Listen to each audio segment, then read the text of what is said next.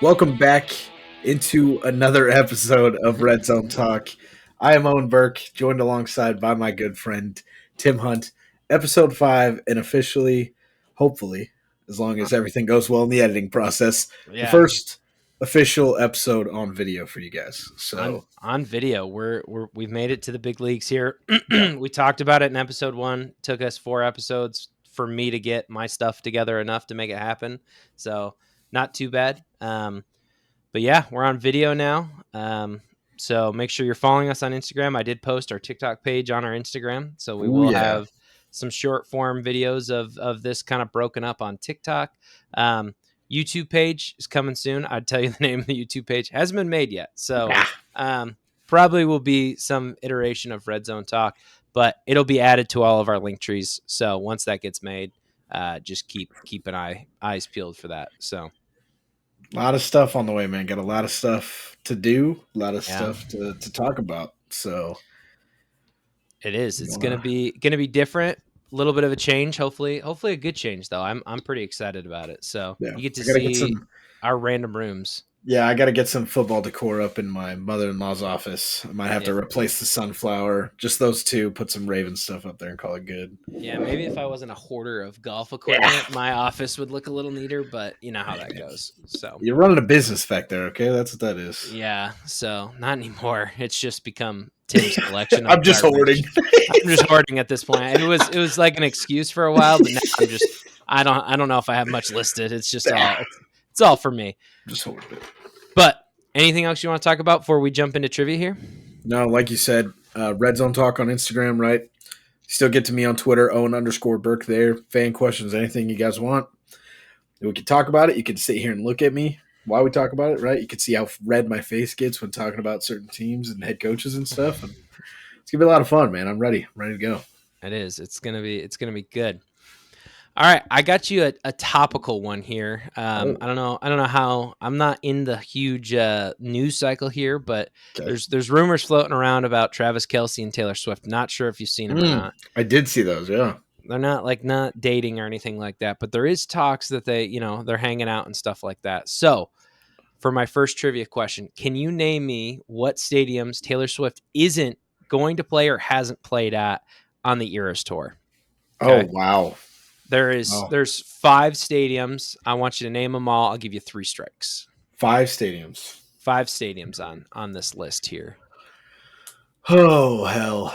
That's tough. I know she played at SoFi. I know she played at Arrowhead. Um, Yeah. Some of these once you think about them, it's pretty obvious. Like, oh yeah, like she wouldn't play like 3. I would say 3 of these is pretty like straightforward. Pretty easy. yeah, I'm thinking that's tough. I won't make you use your hints here, but you have an AFC East team, an AFC South team, an NFC North team, an NFC East team, and then an NFC South team. FedEx Field for the Commanders. Yep, that's Okay. one. Maybe I don't know what the Bills stadium is called. The Yeah, Bills, but Bills. I just take the cities. You don't have to actually name the stadiums themselves. But yeah, Buffalo, Buffalo's on there. Yep. and then NFC South would be should play Oh, there. Did you say yeah, NFC South? I did. Yeah. Um, There's one. There's one. If you really think about that division. Tampa Bay. No, Is it Tampa? she's It's she's not. going to She's Tampa playing. Bay. So She's that's playing one Raymond strike. James. Yep. Huh. I figure it's got to be Carolina then. Yep. Carolina is Okay. correct. That was like that's got to be it because she has to play at the.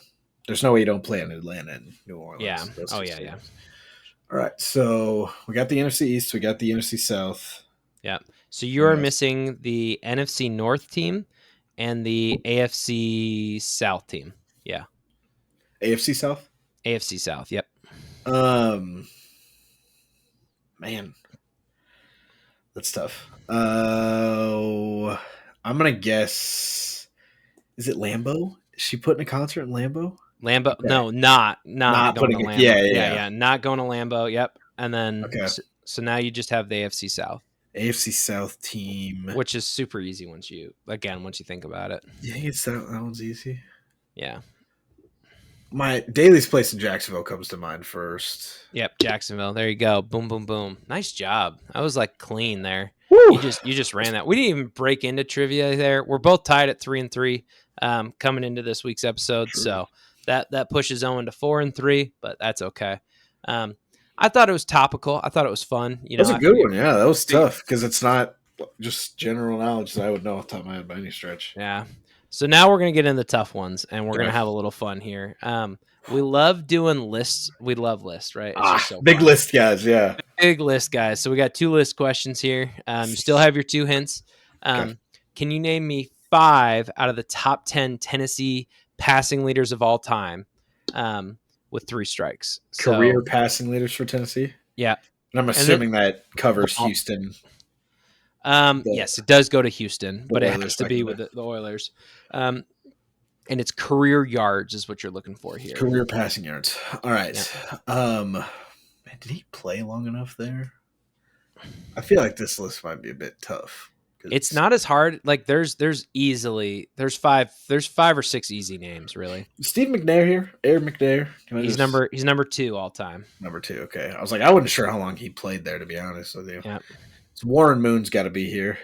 Warren Moon is number 1. Number 1. Okay, that's the one I felt confident about. Tannehill should be here, right? Tannehill is 6. Yeah, I was like, there's not a ton of distinguished quarterbacks that have. And this is while they're in Tennessee to clarify. Yeah, okay. Pure Tennessee passing yards. Yeah. So it's 3.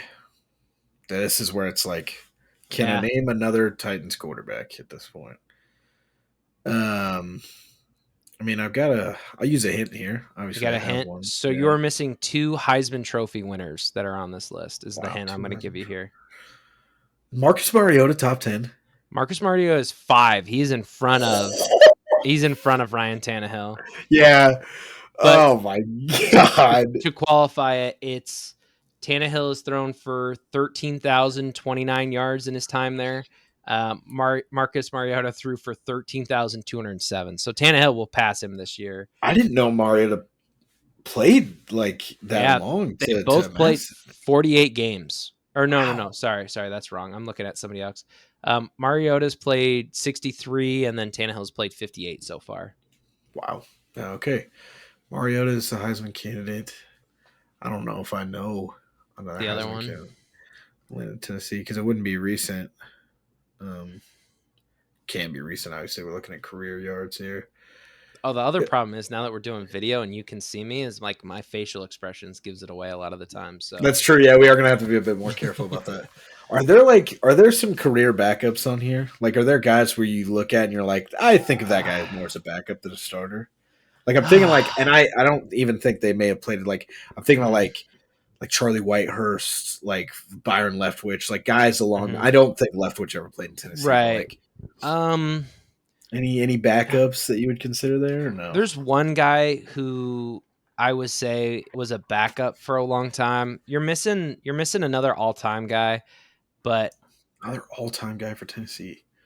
Whoa, why is that guy? Oh, that's right. Okay. Never mind. I answered my own question there. I was just confused on why that guy was listed as something, but I know why he was listed as something. But yeah, you have an all-time guy here. You have the other Heisman winner. And then you have a guy who I think was just there for a long time.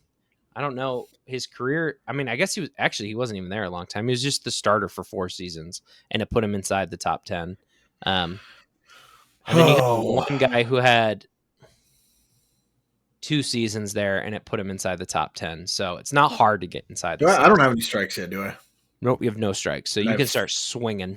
3 or 4 names? You have 4 names. So I need one more, right? You need one more, and you're good. Is Zach Mettenberger here? Zach Mettenberg is not here. That's a backup guy that just came. I couldn't get him out of my head. I had to burn that one. He is outside of the top 30. Yeah, it doesn't surprise me at all. So I remember he was there for a couple of years. I didn't know if he had. Oh, no, just kidding. He's 22 on this list. I'll take it. I'll take that. Former Butler Grizzly legend right there. Yeah, he's 22. God, where did he go to school? Why does he sound so familiar? Well, he went to I actually learned it once I got there. He went to Butler, but I don't remember where he went after. And then LSU. That's where. LSU, yeah, that's what it Yeah. was. Yeah, Yeah. Okay. I knew he sounded super Heisman familiar. winner and all time. I don't know if I'm going to get another all time name. I can't think of The anybody. all-time name is a little tough. There's another guy who is like an all-timer, but I don't know. Like one of the all-timers is definitely a Houston Oiler. You definitely think of him as an Oiler. And then the other all-timer, you don't really think of him ever being. I think they were the Oilers back then too. You just don't think of him as an Oiler. You think of him more as a Oakland quarterback for the Raiders. See, Rich Gannon's the first name that comes to my head when you say that, but I Yeah. don't know. You gonna guess that? I don't know if he ever played in Tennessee. Now we're on camera, so I can't double check before I make an official guess. Oh, the cheating's over. Yeah, cheating's done with, man. You can't get away with it anymore. I'll take that stab there. I'll do That's wrong. That's strike one for you. that's strike two. Oh, strike Mettenberger. two. Oh, that's right. Mettenberger was Strike an official two. guess. Yeah. I really think you should think about this Heisman a little bit stronger. It is recent, It is a more recent guy. man. Oh no. Post 2000. Post 2000s. Was he like a Heisman that got drafted there? Mhm. Okay. Oh, I thought he got drafted by Arizona. Honestly, this guy's not considered in the top bust of all time, but he kind of should be. So, like, all fingers are pointing to Matt Leinart, but I could have sworn he got drafted by Arizona and not Tennessee. Man, it's gonna fucking bug the shit out of me when you tell me to. I'm gonna name some of these names. You're gonna be mad. It's not Leinart. Fuck, another Heisman quarterback. So close with Leinart. Oh, wait, no, dude, he didn't win a Heisman though. But I'm gonna guess here though. I'll guess this. This is the only other Tennessee quarterback. Vince Young. Vince Young, correct. Yep, there you go. Was he a Heisman winner? Yeah, I'm pretty sure Vince Young won a Heisman. Now you've got me questioning it. That it led me there though. It was a good enough hint because I just remember him winning Rookie of the Year and then just. Oh, that's right. He did win Rookie of the Year. I forgot about that. He definitely won a Heisman, right? Did he not? You would assume so after the Rose Bowl. Because I thought Reggie Bush won it and then he won it the year after.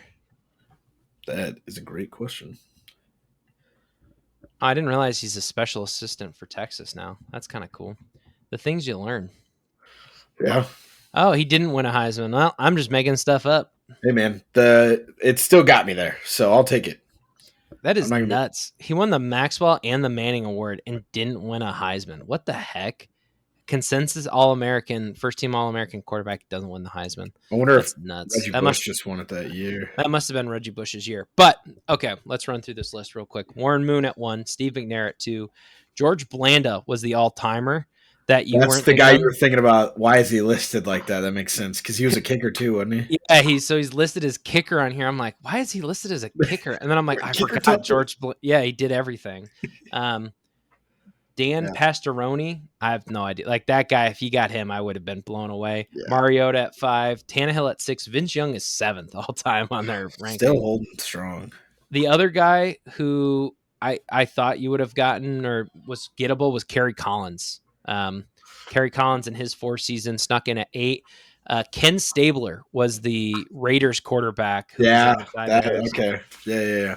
2 seasons, and he snuck into the top 10 here. That's crazy. And then Pete Beathard, a guy who played in the 60s, no idea. Huh. To give you context, Jake Locker is 11. Matt Hasselbeck is 12.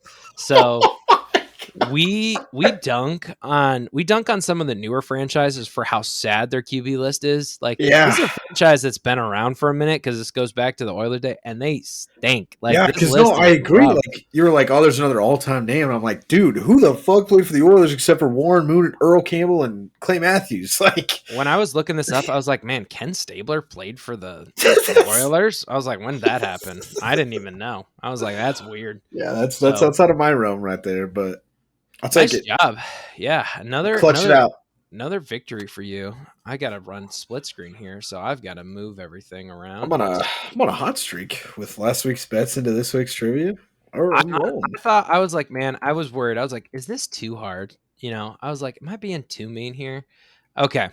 Now this one is a little bit more of an interesting question. So Okay. it's also easier. So I'm gonna limit. You get 2 strikes on this one, not 3. Strikes. Okay. Um, because it's Thursday night, and as we are recording this, Kirk Cousins is playing in prime time, right? So we oftentimes think of Kirk Cousins as one of the least clutch quarterbacks of all time.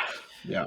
Can you name me 5 of the top 10 quarterbacks with the most fourth quarter comebacks? So 5 out of the top 10, 2 strikes. Fourth quarter comebacks.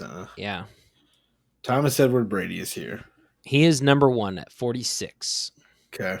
And this is according to profootballreference.com. Okay. So, Good source. I like the source there. I can yeah. trust that. Yeah. So nobody The comes question, at me. like, I always feel like game-winning drives, I think, are more skewed. I hate game-winning drives as a stat because It's just so wild. Well, yeah, if there's 6 minutes in the fourth and you're up 3, I go down, score a touchdown, take a 4-point lead, and then we just win by that score. That's a game-winning drive. Like, and that I'm like, makes no sense. Yeah. It's like it's like the go-ahead home run, and it was in the third inning. Like, okay, but whatever. The fourth quarter comebacks is more interesting. This is so out of pocket for a second guess. I don't, or for a second. How many names do I need here? 5? 5 out of 10. 5 out of the top 10. Strikes. I can't. And the top 10 is deeper than 10, so I'm giving leeway here. There's like 13 guys in the top 10 technically. Is Peyton Manning here? Peyton Manning is 2 at 43. Okay. I felt like I was overthinking by not saying him. Aaron Rodgers. Aaron Rodgers is an interesting guess, but that is strike 1. Yeah, I figured. The second I said it, I was like, he led too many games. He didn't have to fucking come back all the time. Aaron Rodgers is 28th, tied for 28th on this list with 21. Wow. So not on the list, but not a great guess. Shit. So that's 1 strike. So that's a rough first strike to burn right there. Maybe I'm being a little hard with 2 strikes here, but there's some guys that you're just like overlooking here. Yeah, that's why I didn't burn the guess that I just wrote down, because I do think it's a decent guess, but I also think it's fucking out of pocket to just burn and just lose this question this early. Yeah. QBs came back. Big Ben. Big Ben is 3, so you've gone 1, 2, 3, and your guess is here. Big Ben 41. Okay, I'm gonna stick. I think that's a decent time frame to. Because those guys that were drafted in that 4-year stretch were just like, hey, what if we all played to with 39? So it's like, Eli Manning here. Dang, fuck! I should have went Rivers first. So close. God damn it! Eli Manning is in the second group off at 15. That's tough. So that's strike 2. Rivers there or no? Rivers is 10. Damn it! I should have started with him. I would have eventually, like, if I would have got Rivers right, I would have immediately pivoted to Eli Manning too. Anyway, okay, so you would have, Is Tony Romo here? Out of curiosity, Tony Romo is not in the top 10. No, Tony Romo is 21st though. He's got 24 all time. So. Not a terrible guess for just a pop. No, like that. no. Like that. He's in there. I mean, and honestly, Eli Manning wasn't a bad guess either. He is like so close to being on this list. Like 2 more fourth quarter comebacks, he makes the top 10. Yeah. List is in this order: Tom Brady, Peyton Manning, Ben Roethlisberger, Matt Ryan. That was that's where I was going to go next. Yep. Matty Ice, and then you have Drew Brees, which was another one that I was surprised you didn't rip off early. Yeah, Matthew Stafford 6 surprised me a little bit, but it makes sense all those years in Detroit being down constantly. Johnny Unitas is tied with him. Dan Marino, John Elway, Philip Rivers, and then Philip Rivers is 10, but then Fran Tarkenton. Vinny Testaverde is tied for 10th. Not a name I put up in that category. Either. No. But obviously a lot of those names on that list, very, very gettable. 100%.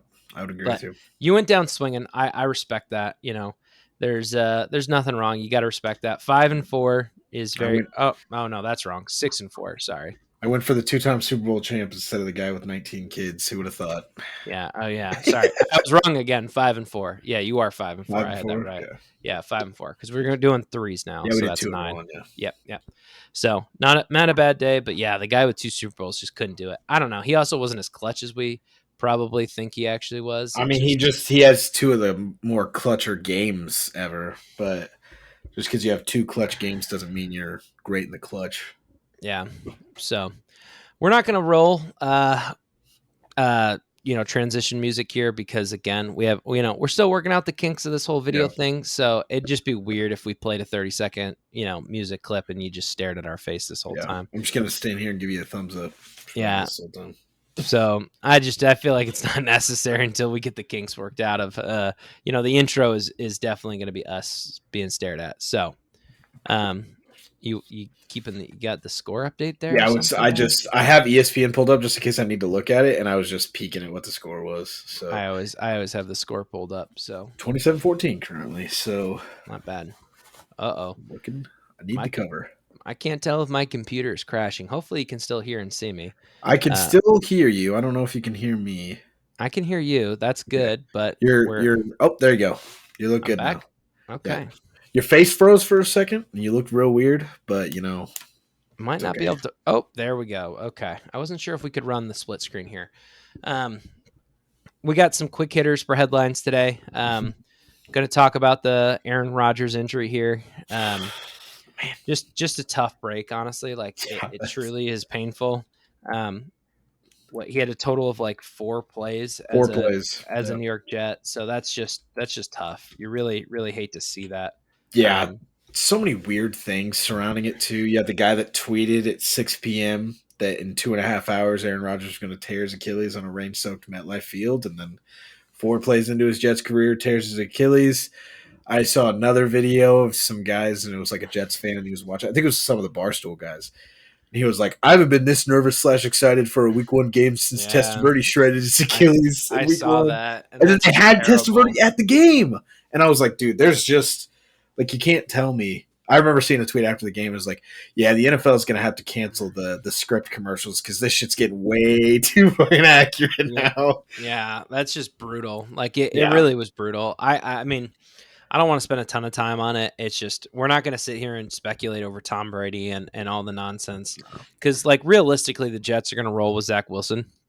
Because why would you bring in a vet? Like, yeah, my question to you is because I saw it was RG3 that was talking about it, and he's like, the bottom line is any of the available guys that are out there, myself included, if anybody you pull off the sideline or from a broadcast booth, the Jets' best chance to win this year is Zach Wilson because he knows the playbook. He knows he's been there. None of us know what anything of what's the law and what those guys are trying to do. So to come in and learn that system would be impossible. And I kind of agree with him. Like, I mean, you might find a better athlete, you might find a better quarterback, but you're going to have to go through all the growing pains of the offense. And for 1 year, it's not worth it. Like, the best realistic option is Carson Wentz. And honestly, at this point, it's like Carson Wentz and Zach Wilson are, very so close. And I'd rather have the guy that has been in the system for like a whole offseason than just throw Carson Wentz out there and hope that he's better. To me, it doesn't make any sense. Learn from the Colts. Realize the 1 year rentals just really don't do much for you in the first place, and just ride it out till Rodgers is back. Well, and I mean, maybe they bring in like a Joe Flacco just to have like a veteran, a solid backup or something. But he's not going to compete. Yeah, that's the perfect guy because he's played there for 3 years at that point. He was the backup. He was a third stringer last year to Mike White and Zach Wilson. So that's another guy that. So especially now because I don't know who their backup is behind Wilson at this point because Mike White's in Miami, Joe Flacco's a free agent, Aaron Rodgers is down. I'm sure Josh Johnson is available, and I'm sure he probably knows half the NFL's playbooks at this point. But Tim Boyle is there. Boyle. Yeah. He's been around for I think 5 years. Yeah, he played in Detroit, right? Yeah, Detroit before this, and then So I think Flacco would be probably the move that you see happen, and it's just familiarity. Again, you're bringing a guy in who is not going to have to learn the offense from scratch, and is just going to be able to kind of give you just the extra third quarterback just in case, because crazier things have happened with injuries. Yeah, they probably sign like a Flacco or somebody like that to the practice squad this week because I think they've already activated Boyle, and then next week they probably if they feel comfortable with the situation, bring that veteran QB up. But yeah, I mean, I feel bad too because you make this trade with the hope that Rodgers is going to make you competitive this season. I mean, I had him being pretty competitive, right? Yeah, we both did. But And the bummer is you're going to get one good season out of Rodgers. He's 39 at this point, so you traded away all that capital for what's going to be And I one and I season of it. res- I respect the resiliency of like he obviously like he wants to be back. If he has his way, he will be back on the football field week 1 next year. Not a doubt in his mind. But the reality of it is 39-year-old with I mean the Achilles 40 is now. He'll be 40 yeah, next he'll year. be 40 by the time this injury is healed. And Yeah. when you talk to any athlete, if there's any injury that you just don't come back the same from, it's the Achilles. That's the one that everyone talks about as the hardest to recover from. So, and also a guy who's not usually sometimes a fan of modern medicine. I don't know if surgery. I don't know what's his plan to do that stuff. So, I mean, Yeah. obviously, I would assume surgery is going to be the only option for him if he wants to play again. It's I think definitely he's not. already. I think he had surgery today. I think Well, there you go. surgery's already over. I think he had Yeah, it today. But no, and I feel bad. But I mean, at least their first round. At least they keep their first round pick this true. year, Yeah, which ultimately might be a good thing. But I still think they're competitive enough. They might be fighting for a wild card spot. You know what I mean? Later in the 100%. And season. yeah, and obviously, like Miami looked really good, and Buffalo's never going to go away, but like they're good enough to where if those teams get a little lazy 3-4 game slump that those teams go on, like I don't think it's crazy to see the Jets still win the division. Yeah. I think it would be shocking, but I don't think it's like out of this realm. Like holy shit, there's no way that would ever happen. I Kind don't of think thing. they Like, won the division. Miami's too good. I wouldn't bet on it, but I don't Yeah. think it's out of the realm of possibility Yeah. either. So they have a really good roster. I don't think I've ever seen the wind get sucked out of a fan base faster than that So injury, man. brutal. It's That it's was 9/11 in New York. He's running out with the American flag. Like that stadium's got to be excited, and then it just rocking. all comes Just unglued. 4 plays in, just literally all the oxygen just got sucked out of MetLife immediately. And Yeah, yeah, it's a tough break for sure. But rather unfortunate. yeah, Is no. what we'll say. The other quick hitter we have here is Chris Jones agrees to a 1-year deal. Don't know if that means he's playing this week or not. I don't know if that's been discussed yet, but 1-year deal. It can be worth up to 25 million. It raises his base up to 19.5. Um, Obviously, we spent a lot of last week talking about the out of position players and where their money's at. Yeah. So for Chris Jones, I think it's a win, to come back and be able to play this season on a deal worth real money, right? Like $20 million is a good amount of money for one season. So Hell yeah. um, hopefully they can figure out what they're going to do with him long term. But I think for him, this is a win. Gets him paid, gets him back on the field, which the Chiefs need, and he probably wants to play. So And as crazy as it is with how vital he is to that defense, like if I'm Brett Veach, like I seriously considering a trade and like maybe not before the deadline, but like this off season because like they've drafted really well on the defensive end, and eventually you're gonna have to start paying guys, and maybe if you can keep him around for two, like his value is never gonna be higher than it is right now, right? Like I yeah, mean, he's a 30-year-old coming off the best 4 game stretch of his career in the postseason. Like he is the reason that they were able to close the deal last year. The interior pressure that he provided in the last 2 games of the playoffs was bar none to what anybody else was able to produce. But at the same time, you got to pay your guys. If this guy wants $30 million, man, and you can get a decent return, who knows? I'd say it's definitely worth the phone call or two to kind of see what the value is. But it'll be interesting to see how it plays out. yeah. No, I think it's a smart move by the Chiefs, right? Like just let it eat your salary this year and then Yeah. deal with it going Again, like, forward. So and I think it'd be perfect if he was like 28 and they could get him on like a 2-year really fat contract, and then at 30, ship him and save the money to pay Nick Bolton and Willie Gay and L'Jarius Sneed and all the guys that they have that are going to be coming up here in the next 2 years. I think it'd be perfect, but they're kind of in the spot where you're letting Chris Jones a year or two go a year too early if you trade him now, because you could pay him probably for another year or two, but also in 2 years, his value is going to be drastically lower than it is right now. So there's a plus minus to both sides there. yeah, how old is Chris Jones? He's on the young side, isn't he? He's like 29, 30, like right around the turn. Yeah, he's 20. He's 29. He'll be 30 July.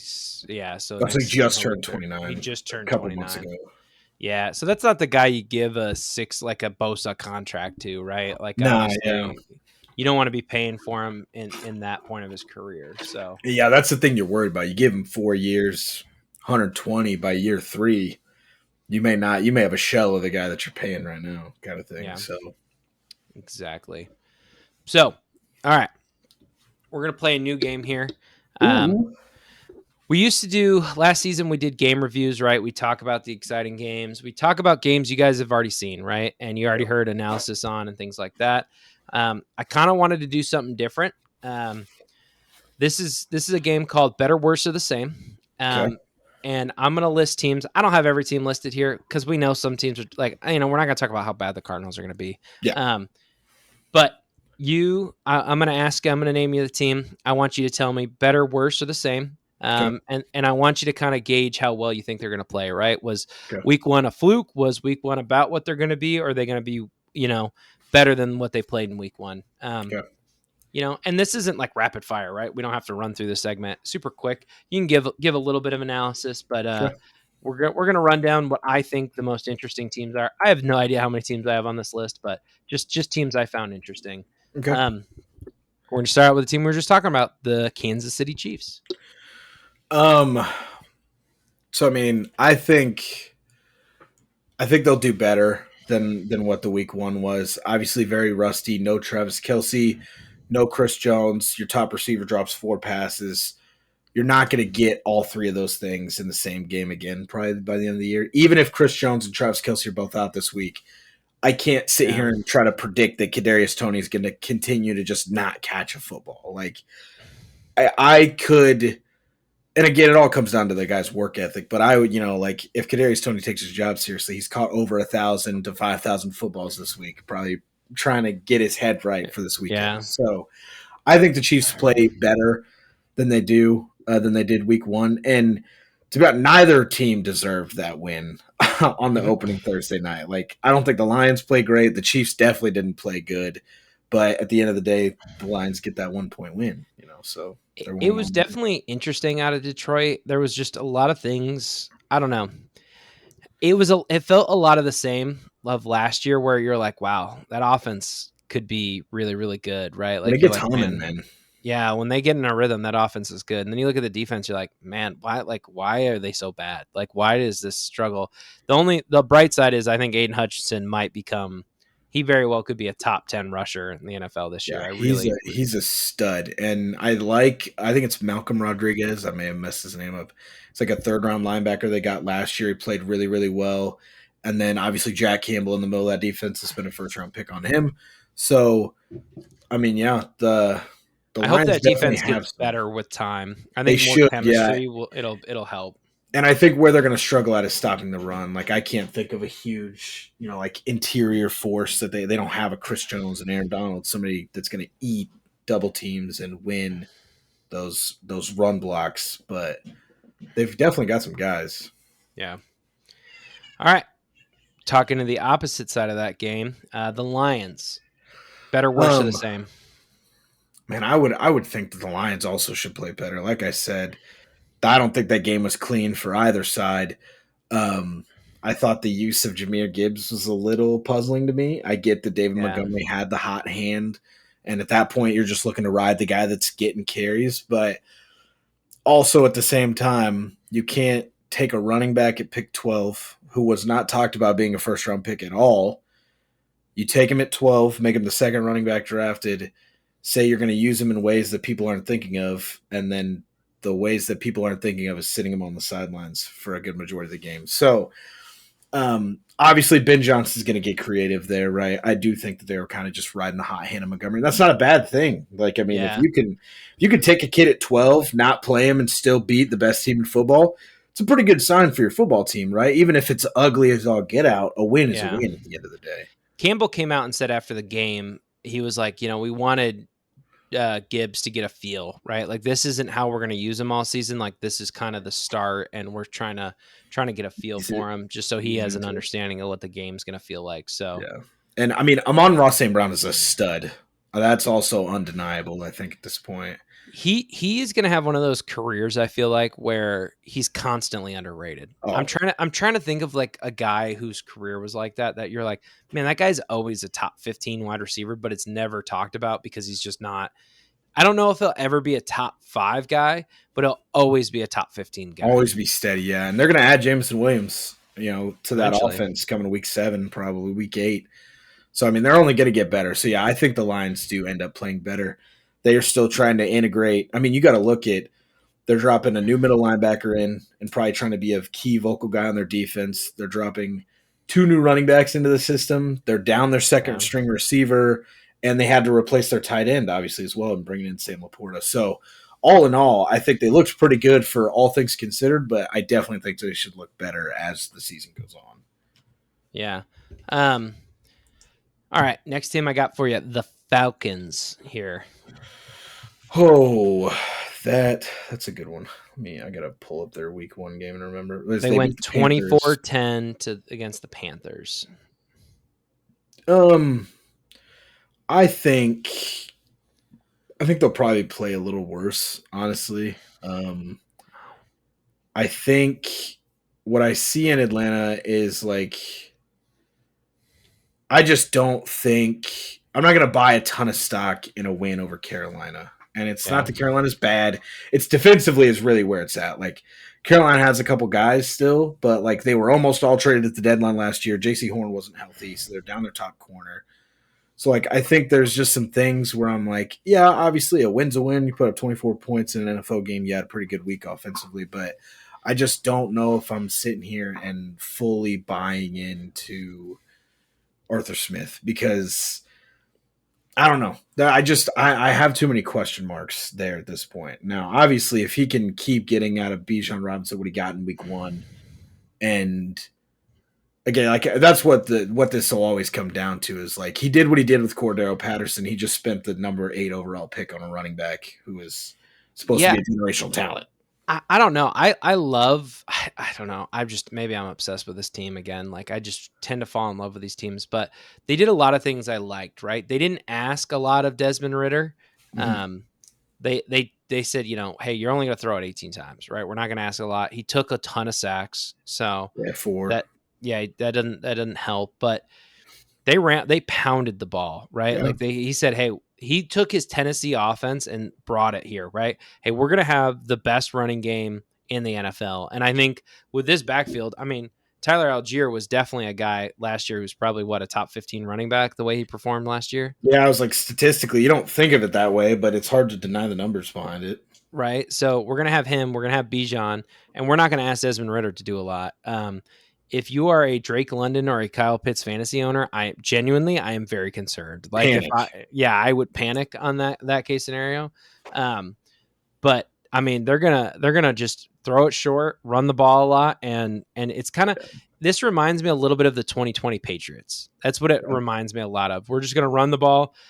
Like they might win a game where they do what the Patriots did and just like have their quarterback throw out 3 passes or something like that. Like I really like the way that they're putting this team together, and this is a good start for them in that division. So I think they're going to get better, but I respect the worst.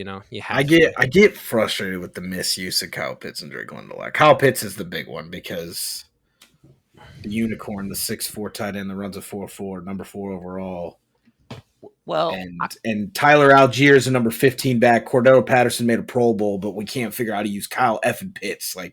Yeah. Here's the thing I'll say is, and this is I think a big mistake a lot of fans make is they look at the weapons on their team and go, oh, this is how good we should be. You got to have the guy who can throw the ball, right? It's very true. And if Desmond Ritter's not, just because you have Kyle Pitts and Drake London doesn't mean you should have him go out there and throw the ball 35, 40 times in a game. It really, to me, makes no sense. So, I mean, we've talked about it year after year, right? Like where I'm like, I love it when a team has a rookie quarterback. They go sign a running back, right? It's like one of the few times you should ever even think about paying a running back, as this case scenario, or spending draft capital this early on a running back like they did, right? Is because you want to make his life easy. You want to let him develop and learn and like build his confidence, right? How many times do we see a guy start off a season? You know what I mean? If CJ Stroud starts off this year 0-8. Is he going to have any confidence left in his game? I just don't Yeah, think it's going to be there. You know what I mean? So yeah, I'd that's rather fair. take a guy that, give him 5, 6, 7 games.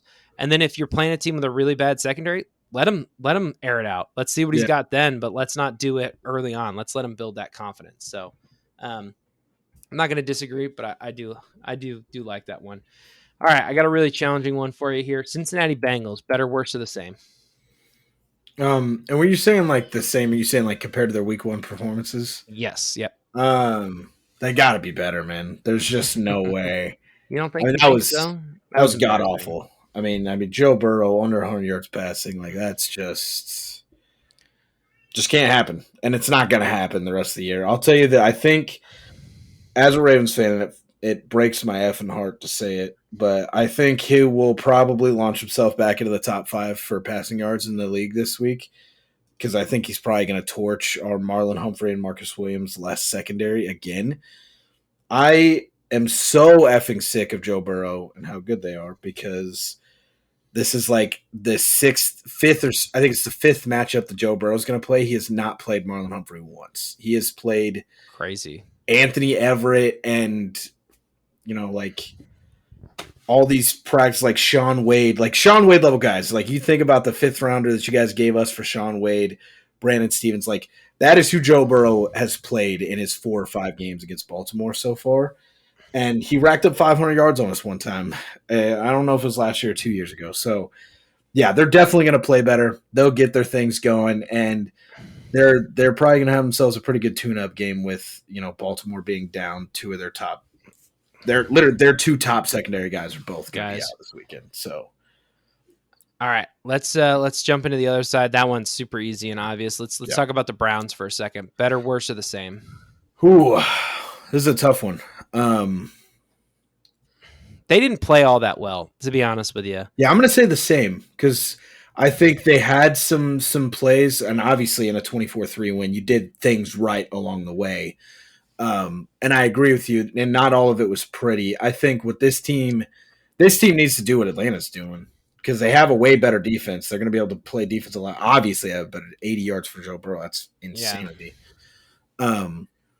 I think they're going to live and die by their pass rush, which, with Myles Garrett and the guys that they have, Zadarius Smith now, like pretty good unit to rely on, I'd say. And then offensively, again, just like rely on Nick Chubb, run the ball, and then just like slowly let Deshaun build his confidence back. Because I'm sure that Deshaun's probably struggling with the same thing, where it's just he's not a rookie by any stretch. He's talent-wise probably one of the top 5 guys in the league. He was in that category once upon a time, but it's been a while. A lot of things have happened on the field. A lot of things have happened off the field, and he needs to just get a reset on his football life a bit. And, I think leaning on the run game and having a good defense is going to be there.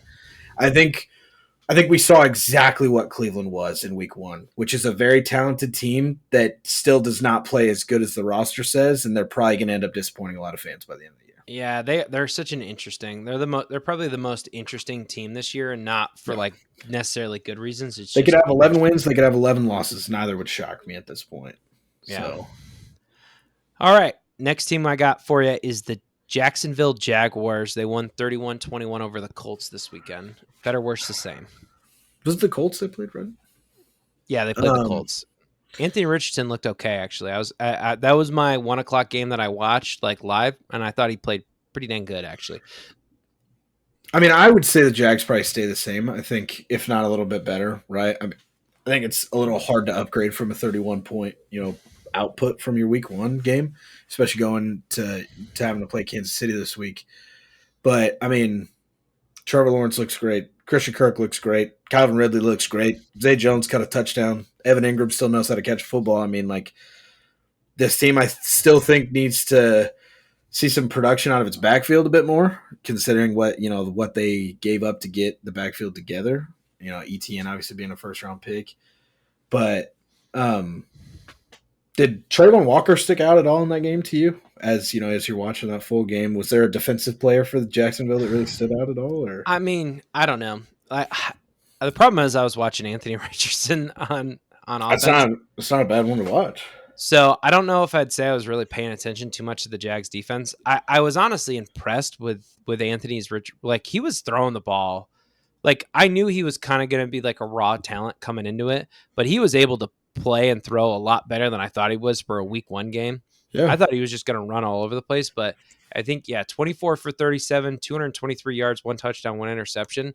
Um, like just looked, you know what I mean? Kind of like what I thought he'd look like. And he ran He's it 10 times for 40 yards, just looked like a really good athlete, but was still able to kind of move the ball when they needed to move it. Um, he still looked like he needed time in that system. Like there's no doubt about that. But um, I mean, I wasn't super impressed with Jacksonville's defense, but it might be because Anthony Richardson's just like an absolute monster and impossible to guard. So there's that yeah, possibility too.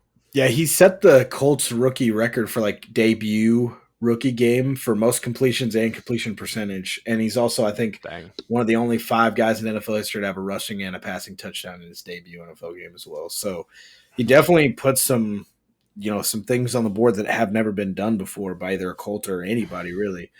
So that was a big headline. Obviously, he played well. But yeah, again, Jacksonville probably around the same. They're probably going to need a little bit of an uptick on their defensive side to really, I mean, the AFC is not for the faint of heart, and it's because of the offenses and the quarterbacks that you're going to have to face. So if Jacksonville doesn't turn up the aggression and get going on defense, both of us are probably going to look a little foolish with our playoff predictions come the end of the year. Yeah, that's okay. That's kind of the way it goes. But next team I got for you is the Tampa Bay Buccaneers. A little bit of a squeak win for them, winning 20-17 in Minnesota. I don't think a lot of people saw that coming. What's your reaction there?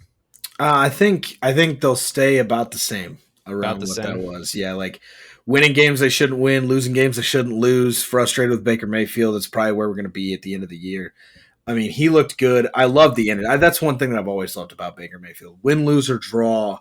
Like, I'd never have I watched Baker Mayfield play, and I'm like, man, I'd fucking hate to play for that quarterback. He's just one of those guys, you watch him play, you watch the outside run where he hit that DB and he's getting up and talking. I'm like, I want to play for that guy. I would love to line up behind that guy, next to that guy, in front of that guy, protect him. That is a guy that I want to play for. And as a guy that is trying to reestablish himself as a starter, there's not really any bigger shoes you could step into than the one that Zach Wilson has to step into in week 2 to try to fill the gap left by Tom Brady.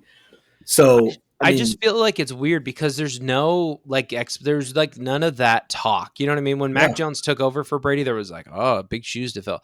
Like Baker came in and everyone was like, whatever. He's competing. I think it's just because they've just all just disassociated. They're like, well, we got a ring, boys. Who fucking cares? Like, we have a bunch of talent, but we don't have a quarterback that we really like. I think they'll get some real energy going in there if they can get it together. I hope so. But yeah, I think about the same. Yeah, like I see them like beating Minnesota, maybe like slipping a win over like even Green Bay or somebody good like that, and then like losing to Arizona and Tennessee, and we're all just scratching our heads wondering what the hell happened. Yeah, no, that's it's a very real possibility. So, next team I got is the team they played against, the Minnesota Vikings. Better, worse, the same. I feel like they're going to get a bit better. I think the offense is better than 17 points, especially. That is exactly what we thought was going to be Minnesota's issue. It's a one-score football game. They went 9-0 in one-score football games last year. Yeah, they can't do it again. Nah, it's not possible. But that offense is a lot better than 17 points. I could tell you that much. Justin Jefferson obviously shot out of the end zone. Jordan Addison had a couple good plays here and there. I think that duo is formidable.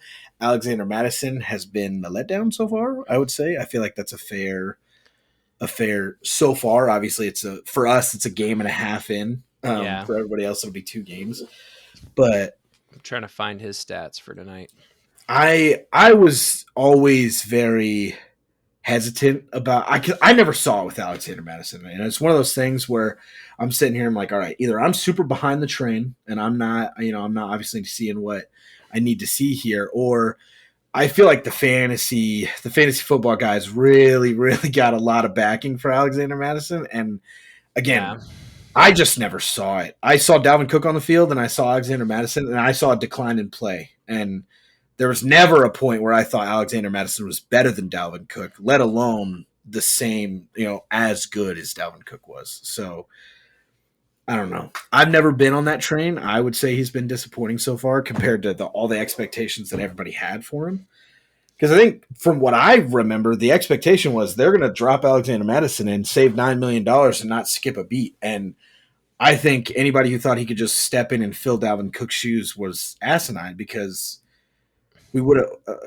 I feel like I would have seen it. You know what I'm saying? Like, Yeah, there's you would have seen something it for would have been sure. a 50-50 split carry situation. There's a reason that Dalvin's getting 80% of the work each week, and it's because he's a better running back than Alexander Madison is. We just talked about all these scenarios like Jahmyr Gibbs, Taylor, or not Bijan Robinson splitting with Tyler Algier, right? Like Yeah. there are teams with like two, like a great running back and a really good running back, and they Yeah. split carries. Like Yeah. I don't remember what the carry count was for San Francisco this last weekend, but I think it was also more split than you probably would have thought it would have been. I think Brees Uh, and Dalvin was 10 and 15 apiece. Brees had 10, Dalvin had 15 yeah, carries. Like, exactly. Like, but that's a team with two like arguably great running two backs. star But running backs. Yeah. It's almost like Minnesota had one of those guys and then oh just yeah, true, and they just let him run weird. for Weird how nothing. that happens.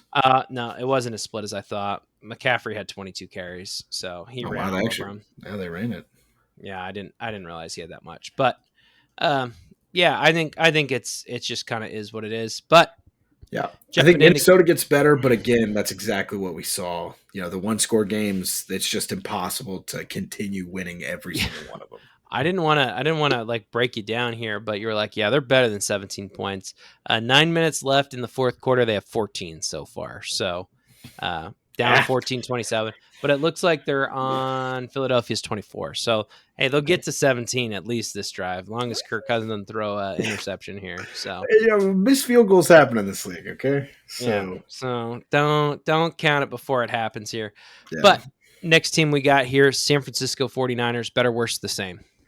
Um, I'm going to say the same. I think it's going to be very hard for them to be better than they were week one. I mean, they were right about on par, if not better than what I kind of expected against Pittsburgh. Yeah. I expected a win for San Fran. I expected a pretty easy win, to be honest, but I think a 30-7 win over a team that is going to be as well coached as Mike Tomlin and his Pittsburgh Steelers is something to really hang your hat on. Like that 30-7 looks a lot different than a 30-7 against Atlanta or Tennessee or anybody that's talented or well coached or both, you know. So it's hard for me to see them getting really a lot better, but the good news is I think they were probably the best team in week one of the NFL. Brock Purdy looked great. Christian McCaffrey's carrying the ball 22 times. The defense is stellar, obviously holding Pittsburgh to 7 points. So, yeah, I mean, I see more of the same from San Fran for the rest of the year. Yeah. Yeah. No, I don't know. I can't tell if this game came out as there was too much hype around Pittsburgh, Mm.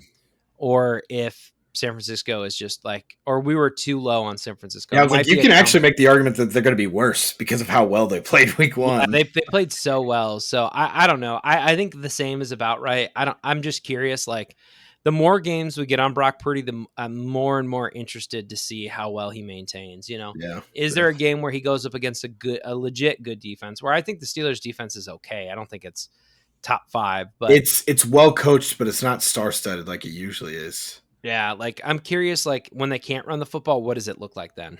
I agree. But the question, again, I think the question there is there a team that they're not going to be able to run on, like other than Wow. Philly, Yeah, I was like Philly's gonna be tough. other than Philly.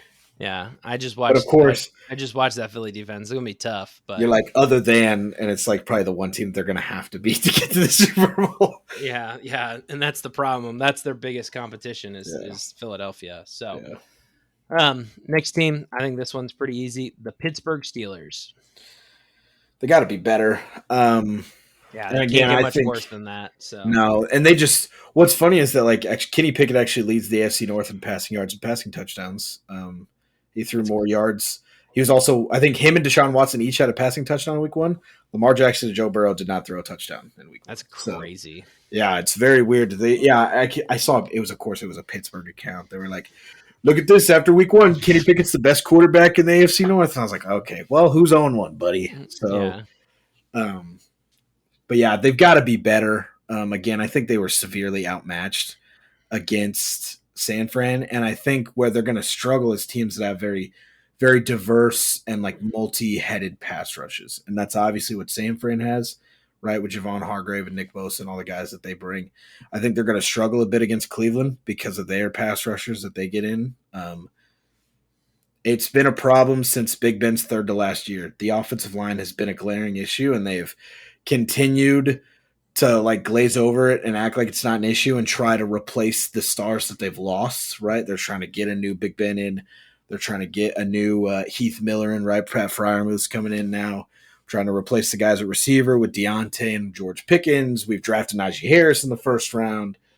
But at the end of the day, they have done little to nothing of value to bolster the five guys that are going to block for everybody on that offense.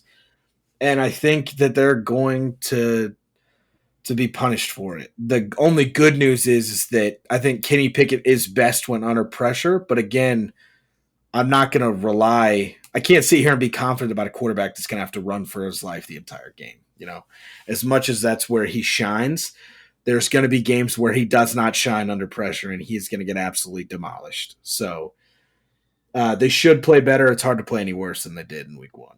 Yeah, without question, right? So I think they're a team that has to be on they're going to get better list here. Next one I got for you, the Baltimore Ravens. Better, worse, or the same? Man, I would hope better because they did not. It was not a pretty win against Tennessee on the field. Texans, not Tennessee. Yeah, Houston. Thank you. The offense looked rusty. Again, Lamar was one of the 8 guys that didn't play in the preseason at the quarterback spot, so that was kind of to be anticipated. Everybody keeps talking about, like, when is Lamar Jackson going to trust his offense again? Because all of the rhythm and timing stuff that we tried, especially early in that game, there was no rhythm and timing. Like, it was very hard to sync up, 2-step drop, throw the dig before Zay breaks on it, and kind of those plays. And mainly, I think it's a little frustrating to see people bring it up because I can understand it. It's part of the game, and it's part of what you have to have as a quarterback in the NFL. But Lamar Jackson has missed 8 games the last 2 years, right?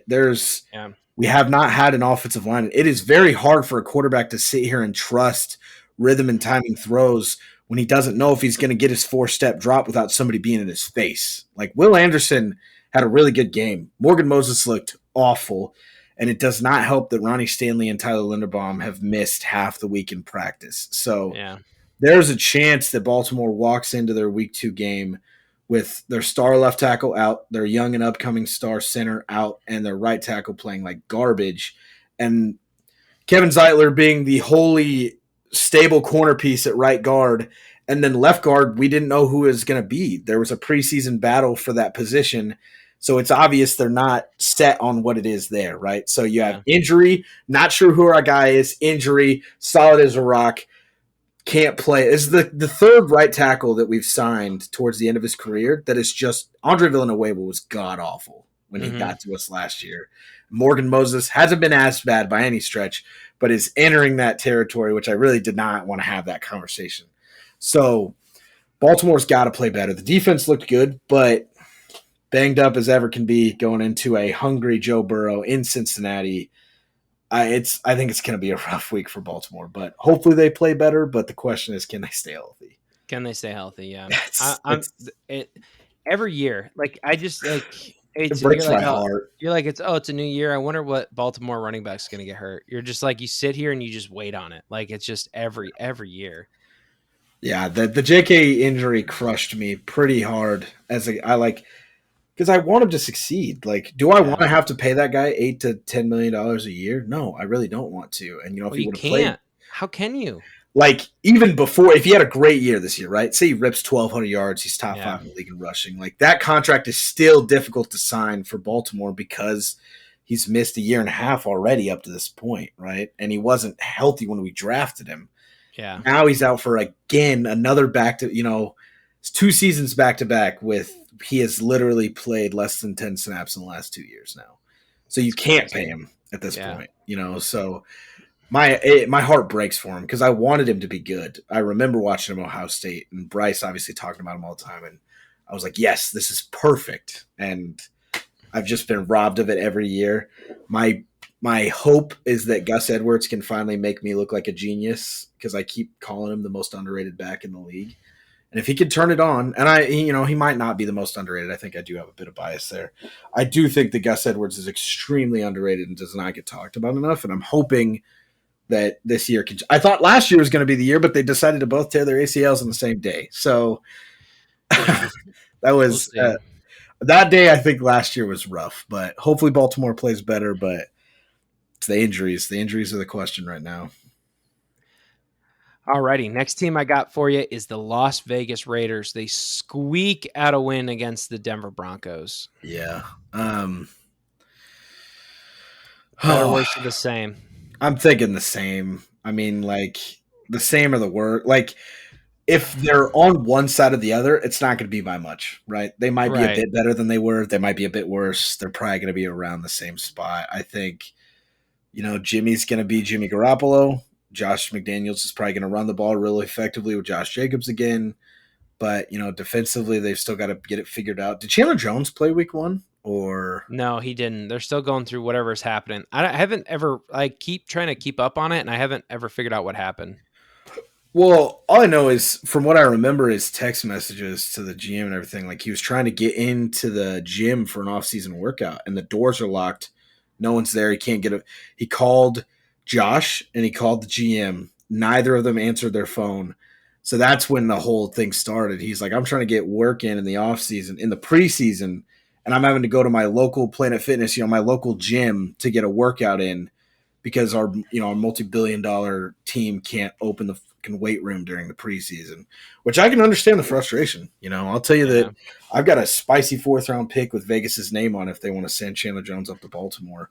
And truth be told, I don't think it'd be a terrible idea for New England to maybe make that call if the price is low enough. No, I don't think he wants to come back. I don't want to go back either. I don't think it makes any sense for us right now. But winning is fun, and the issue is you guys aren't going to be winning a lot. I don't know. I don't know if it's much at least better not situation. The highest end of it. Yeah. No. Well, we're going to talk about them. So just you simmer down there, friend. You simmer down a little bit here. Yeah. Let's talk about the other side of the ball. The Denver Broncos with a very disappointing week 1 loss here. Better, worse, or the same? I think it's going to be about the same as well for them. Like, I think both of these teams disappointed in week 1, and I think they're both going to continue to kind of do so. You're hoping that the Sean Payton, Russell Wilson marriage gets better than it was week 1 because it wasn't great. It was better than Hackett, but, I mean, it's not hard to do from what, the expectations were last year. So, I don't I know we've sat down and talked about the cap numbers and how it's physically impossible for them to try to move off of him this year, but it's not like you're going to get rid of Sean Payton, so no, they got to figure something out. Yeah, I don't know when that other, when that other shoe's going to drop. We always say like, oh yeah, it's so hard to like move these guys, but like the hardest part is they traded for him, and because you can always dump him for like, I mean, look at teams don't care about wasting money. Yeah, who is the quarterback he got traded to? Signed with the Houston Texans, and then got traded to Cleveland. Brock Osweiler. Yeah, like that was essentially a cap dump move by Houston, right? Yeah. Like it's not impossible if they want to do it, but the problem is if they do it, they don't have any. They're not going to get anything back, and they're not going to have enough capital to either make the move or get any benefit after the fact. So, it's gonna kind of be interesting to watch. I think there was a lot of hope that, like, I thought if you were gonna fix it, Sean Payton was gonna fix it, and it looks like he might not have fixed it. Which is I was like, it didn't look great. Now, obviously, it's week 1. We got some time to improve on these things, but we were looking for a better sign than what we saw. We were hoping for a spark. It didn't have to be a full-fledged bonfire yet, but we were looking for a spark, and I don't know if I felt like I saw a spark there. Yeah, it felt like a spitter and flame with just a whole lot of smoke coming out of it. Yeah, one of those real grassy fires. Not a lot of fuel behind it. Just get a lot of black smoke and not a lot of heat. It was pretty rough. It was bad. Yeah. All right, let's talk about the Philadelphia Eagles. You got a little bit of a cheater here because you got basically 2 games Yeah. at this point. They're up 34-21 in the fourth quarter here. Went down and scored a touchdown. Better, worse, or the same? Remind me who they played week 1 again? Who did they beat week 1?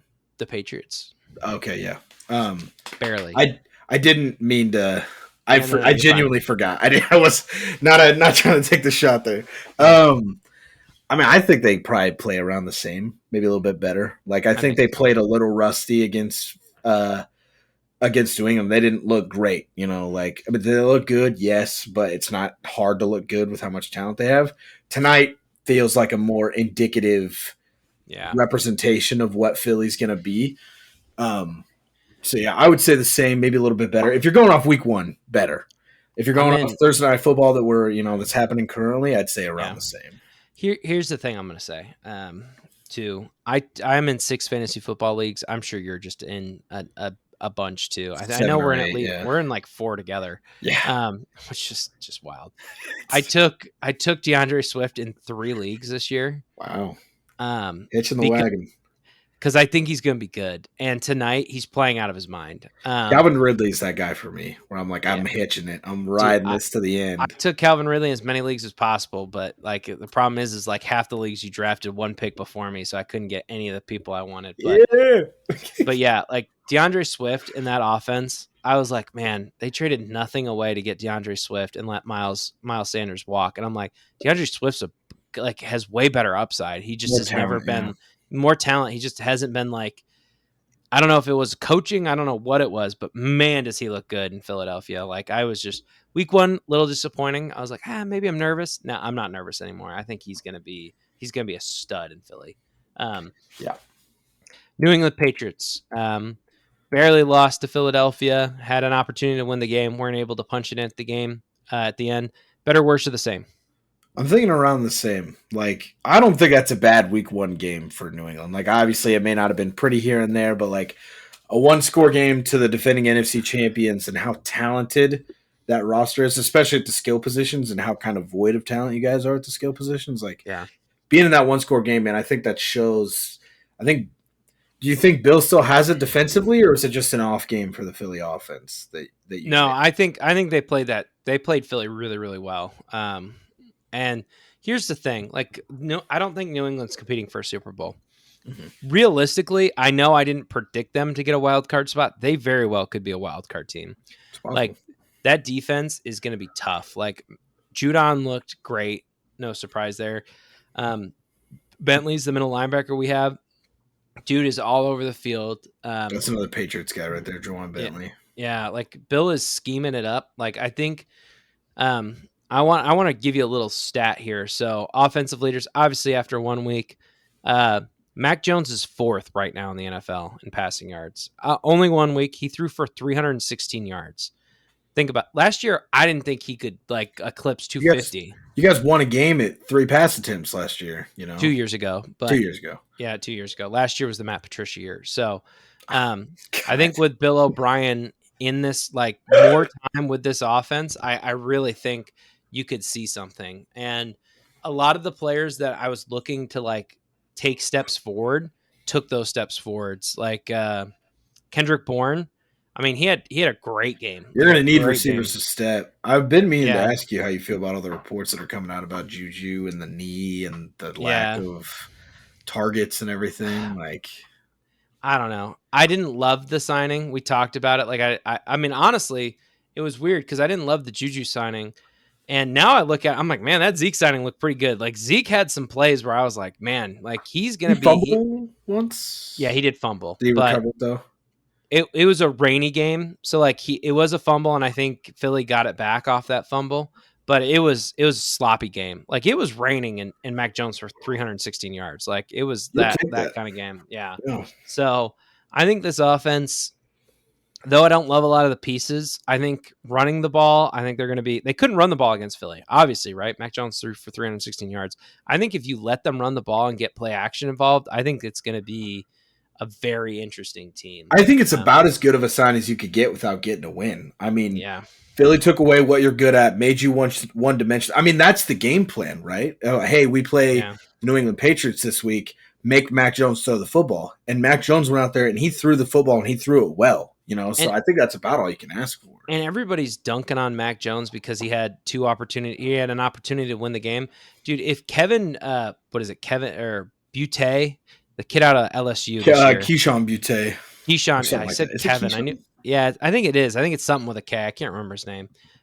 If he could play NFL rules and get 2 feet down, I think the Patriots win that game. He had 2 incredible catches. Both of them weren't catches because he only got 1 foot down. 1 foot down. Yeah, Yeah, Keyshawn Butte.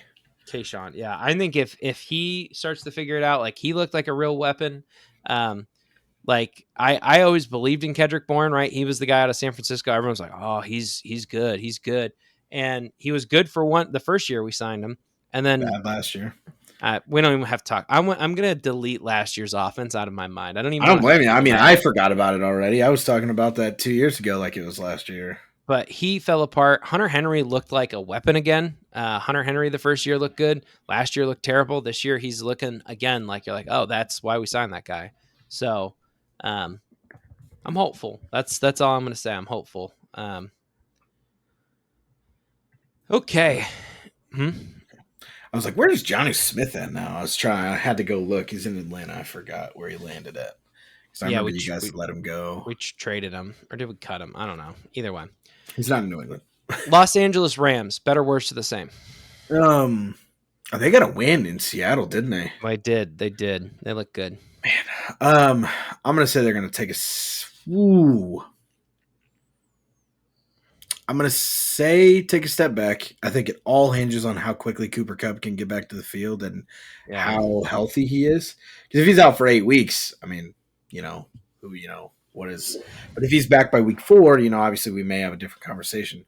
I mean, there were some definite bright spots that, you didn't think were going to be there. Seattle had some dark spots that you didn't think were going to be there. So I think they're probably around the same. Excuse me. Been a long one. Maybe a little bit worse because I do think like Seattle's not known for their pass rush. They don't have a great one. I think their offense is going to get eaten up in those games. Like if they have to play Philly or Cleveland, like they're going to struggle. I was impressed. I mean, at the end of the day, they were trotting out some odd ends receivers and stuff like that, and I thought they ultimately played really well. They're probably the top fantasy, waiver wire ad this week. With they had 2. Nakua. They had Tutu and Nakuka. They had Tutu 2. Atwell and Nakua, yeah, like both those guys. I mean, if you had either one of those guys on your team, good for you. But yeah, Nakua, I think, sat out of practice today with an oblique strain. So I think he just crushed all of the fantasy owner streams out there. Dang. I mean, that's a good sign for you. Like, I mean, if you have a guy that's not Cooper Kupp that you feel like you can target 15 times in a game and feel confident, even if no one knows who he is or how to spell his name, thumbs up. Like, you've obviously figured something out and used your 4th-round picks wisely. So, yeah. The only thing is, like, when you're playing better, worse, or the same, and you impressed me in week 1, it doesn't bode well for the other 16 at that point, True. So I would say a little bit of the same, maybe a little worse. Worse. To me, it depends on that O-line, man. They've got to keep Stafford upright. They got to clear holes in the running game, but I think Stafford's health is the biggest thing for them. Yeah. Seahawks, better, worse, the same. These last 4 should be pretty somewhat quick, but they've got to be better. I mean, you would think, and of course, with your predictions as well, them making the playoffs. It's kind of what I, predicted. And then I remember when we talked about this team, like this is the team that I thought I was going to see, right? A little bit of a step back, maybe not as hungry, call it a fluke, call it whatever. And then I remember you talking about them and like you had them making the playoffs. And actually, did you have them win the division? Or no, they were second. I had them winning the division. You had them beating Sanford for the division, right? So you're a little ahead there. And I remember, like, I had them, 8 and 9 missing the playoffs. And you're like, I got to win the division. And then everything you said, I was like, holy shit. Like, he's kind of picking me apart right now with why this team should be better. So I think they're going to be better. I think they probably line up a little bit closer to where you had them at the beginning of the year than where I did. But, yeah, this is definitely the team that I thought I was going to see originally. I think I had them winning the division at 11 games, right? So for me, this isn't super scary. I think there's one game. So I think there's hope to turn it around. So Dallas Cowboys, better, worse, the same? Gotta be worse, right? I don't know if you can play any better. Literally, I don't think it's possible to play any better than they did in week 1. Wow. Um, I think some Cowboys fans are going to come after you. I know for sure. I mean, if there's a better game than a 40-0 shutout in prime time this year, then I guess they can come after me. I just that's It a was that's a it. tough thing to repeat, even if it was the Giants, right? Like Yeah. the Giants were a playoff team last year, right? Regardless of what the history says, regardless of what you think about Daniel Jones or whatever, they were a playoff team last year, right? And they went Yeah. out and embarrassed the Giants on Sunday night. Was it Sunday Night Football or It was Sunday Night Football. Yeah. yeah? So in the biggest stage, and Dallas's defense showed up huge. Um, yeah, I would say probably a little bit worse or the same, but it's just because of how insanely well they played week one. It's not a dig at Dallas. I don't think they're going to fall off a Yeah. cliff or anything. It's just expecting a 40-0 win each week, man. It's not going to happen.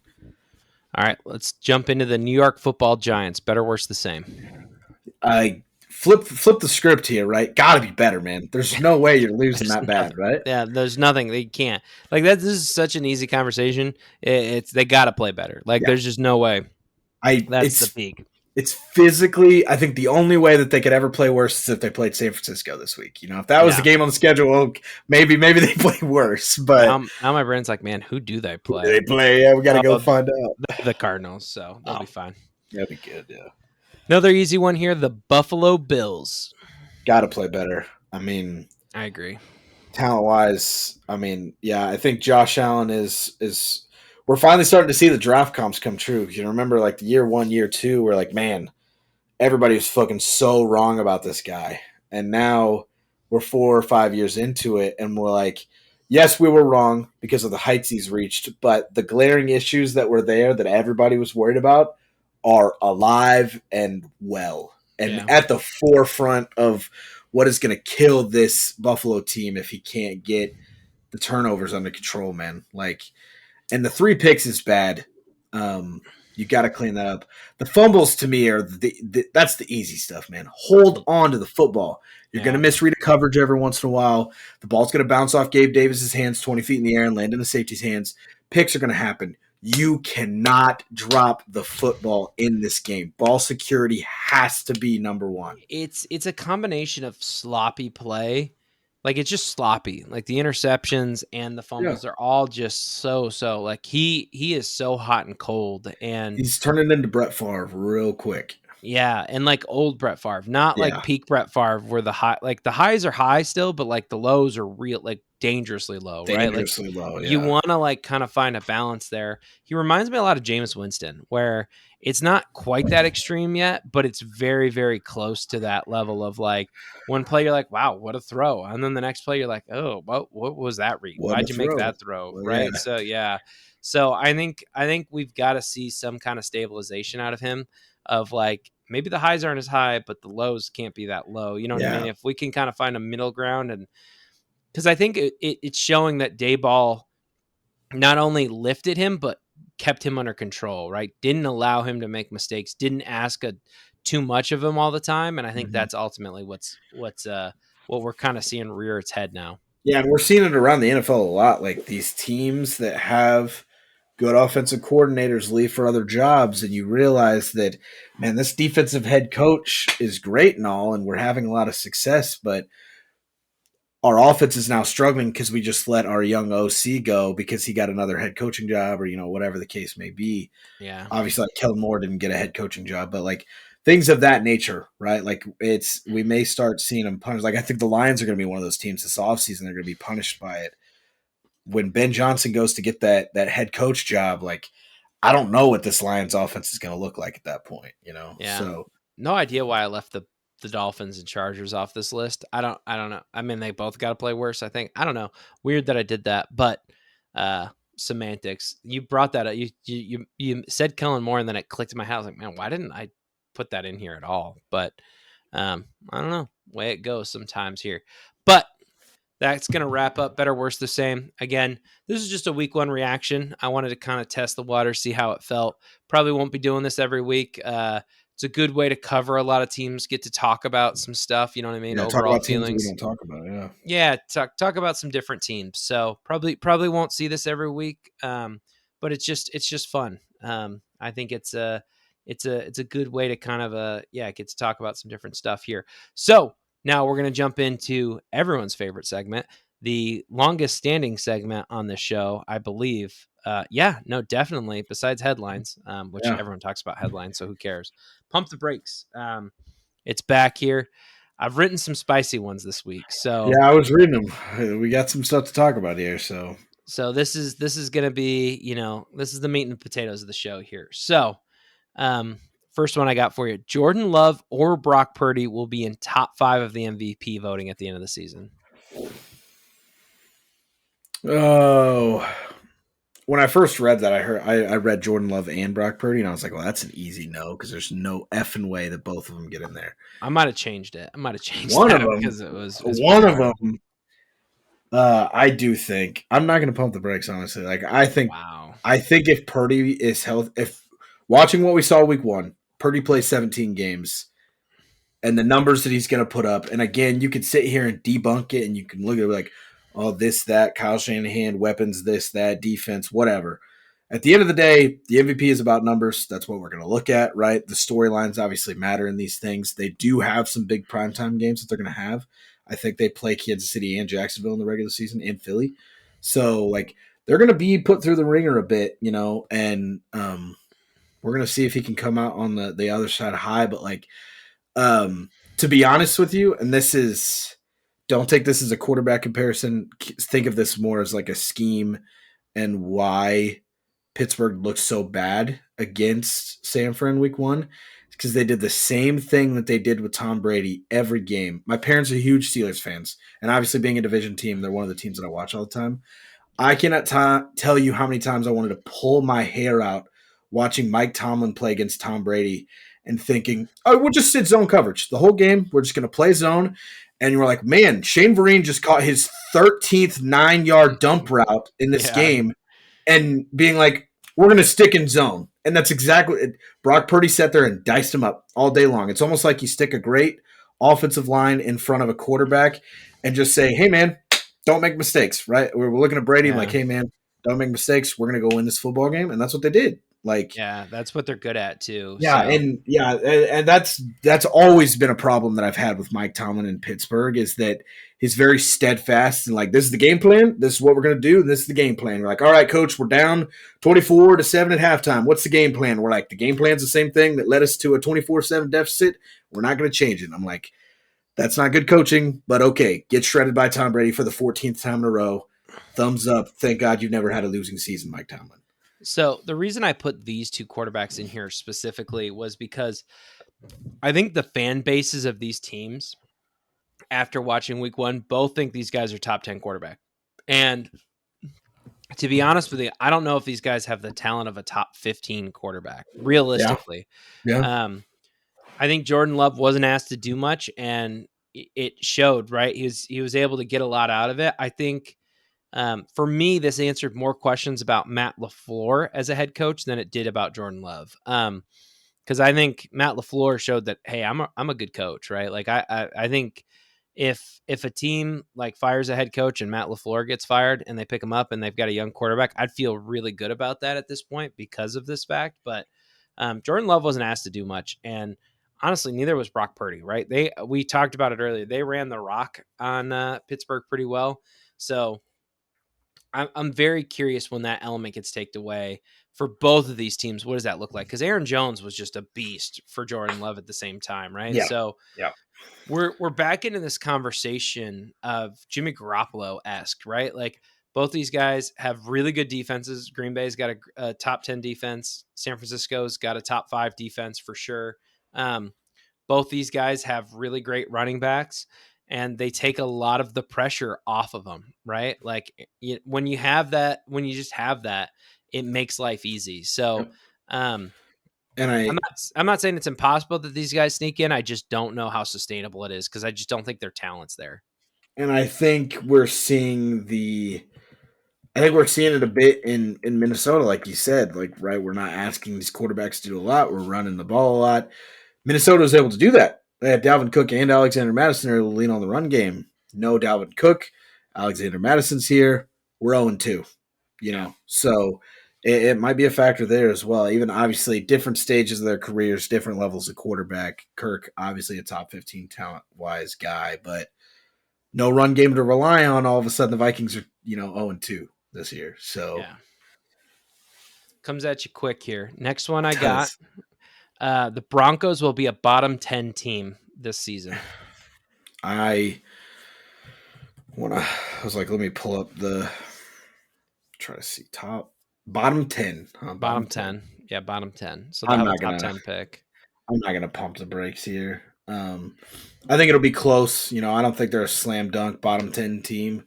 But when it comes down to getting into the weeds, week 14 and on, those games are coming down, being close. We're gonna see if are they gonna be bottom 12 or are they gonna be bottom 8? I think they're Yeah. around that range where I think they definitely could sneak in there. Yeah. Um, it just kind of depends, like if Seattle plays to where you're thinking they are, right? Maybe New England could push for a postseason spot. Yeah, they're probably going to be a bottom 10 team in this league, but um, It's it's funny to me because I think Seattle still has their pick this year, I'm pretty sure. I'm pretty sure. Yeah, Um, and it's crazy to think about because you're like, man, could Seattle, let's say they make the playoffs and Gino, is getting a little older, maybe not playing the way. Is this the year they go out and get, like, does Shador Sanders fall to like a Seattle at Denver's pick? You know what I mean? And then he uh, can sit for a year behind Gino. that's a Like, scary one. could they get, does Drake May, like, does somebody fall in love with Shador Sanders and Drake May fall to him? Does, like, That's Seattle's put themselves in such a good spot to build the team. I love it when teams do this. I yeah. really do. It's probably the team with the most valuable pick that's not theirs. Second most valuable pick that's not theirs, Yeah. outside of The Cardinals. Arizona having Houston's pick this year. It's probably the only pick that where I'm like, that's the one that I want. That's not mine. Yeah.